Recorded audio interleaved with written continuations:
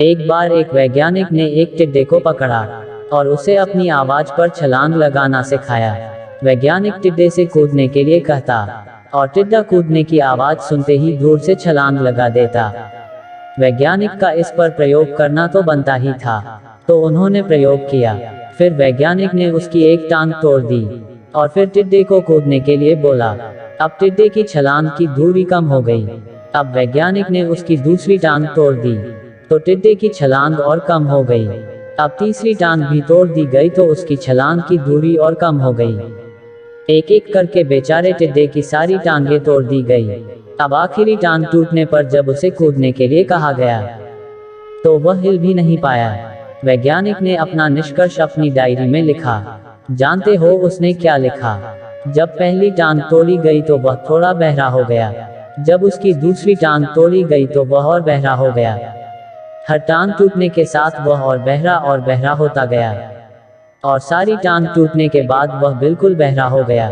जोर जोर से चिल्लाने का भी उस पर कोई असर नहीं हुआ। वो तो अपनी जगह से हिला तक नहीं। छलांग लगाना तो दूर की बात थी। इस कहानी को सुनकर सभी को ऐसा ही लग रहा है ना कि क्या मूर्ख वैज्ञानिक था। इतनी सीधी सी बात उसे समझ नहीं आई।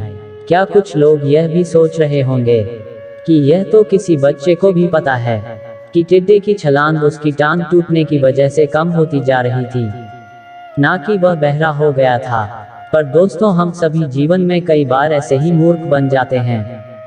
कभी बाहर जीवन में दो घटनाएं एक साथ ऐसे घटती है कि उनका एक दूसरे से कोई संबंध होता ही नहीं, फिर भी ऐसा लगता है कि गहरा संबंध है। कभी कभी दिखता कुछ और है, हमें समझ कुछ और आता है और वास्तव में होता कुछ और है। इसीलिए अगर पछताना नहीं है तो जीवन में जल्दबाजी में कोई निर्णय न ले। हमेशा समझ बूझ का इस्तेमाल करें, सावधानी बरतें, नतीजे सोच विचार कर ही निकालें। दोस्तों, आपको यह छोटी छोटी कहानियाँ और उनकी सीख कैसी लग रही है, हमें कमेंट सेक्शन में जरूर बताइएगा।